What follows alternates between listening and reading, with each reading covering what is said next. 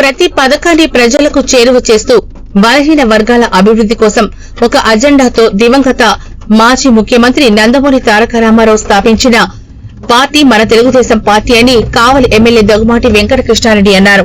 కావలి పట్టణంలోని దొడ్ల మనోహర్ రెడ్డి కళ్యాణ మండపంలో మినీ మహానాడు కార్యక్రమం నిర్వహించారు. ఈ సందర్భంగా ఎమ్మెల్యే కృష్ణారెడ్డి నాయకులతో కలిసి మహానాడులో ఏర్పాటు చేసిన ఎన్టీఆర్ విగ్రహానికి పూలమాలలు వేసి ఘనంగా నివాళులర్పించారు. ఈ కార్యక్రమంలో పెద్ద ఎత్తున తెలుగుదేశం పార్టీ కుటుంబ సభ్యులు పాల్గొన్నారు.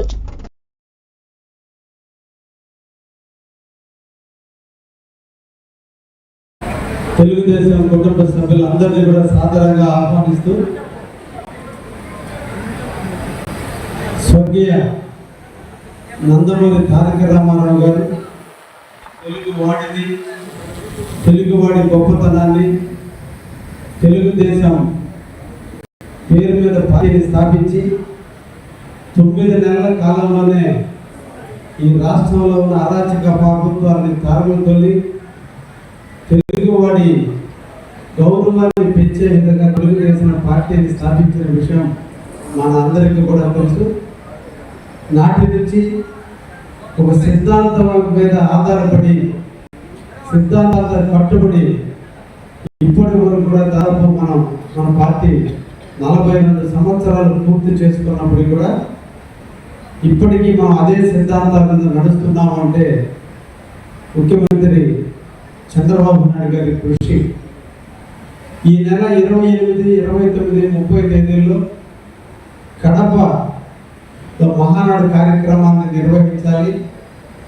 ఆ నిర్వహించే ముందుగా నియోజకవర్గం వారీగా మీ ప్రాంత సమస్యలు, మీ నియోజకవర్గంలో అభివృద్ధి కార్యక్రమాలు, భవిష్యత్తులో చేయాల్సినటువంటి పనులు, ప్రజలందరి ఆలోచనలకు అనుగుణంగా కొన్ని తీర్మానాలు చేసి పంపించట్లేని ప్రతి నియోజకవర్గంలో కూడా మినీ మహానాడుని కండక్ట్ చేయాలని చెప్పి మన ముఖ్యమంత్రి వర్యులు మనకి తెలియజేయటం. ఈ రోజున మన నియోజకవర్గానికి సంబంధించినటువంటి అత్యున్నత మహారాజులు అందరూ కూడా, నేను కొత్తవాడిని, నేను బహుశా రాజకీయంలో జూనియర్, ఇందరు మంది కలిసి మీ అందరి సమిష్టితో కావలి సీటును మనం తెలుగుదేశాన్ని కైవసం చేసుకున్నాం. రేపు జూన్ 4వ తేదీకి నేను ఎమ్మెల్యేగా గెలిచి సంవత్సర కాలం పూర్తవుతుంది.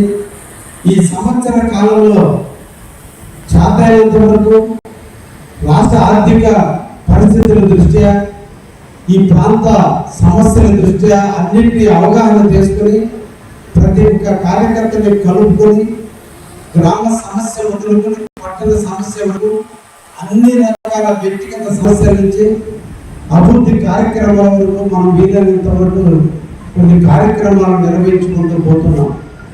రాబోయే కాలంలో అంటే మనం చేతికి వచ్చినట్టుగా రాష్ట్ర ప్రభుత్వం ఒక దుర్భరమైన పరిస్థితిని ఎదుర్కొన్నటువంటి ఒక దుర్మార్గమైన పరిపాలనలో ఆర్థిక విధ్వంసానికి ఈ రాష్ట్రం కుదేలైంది.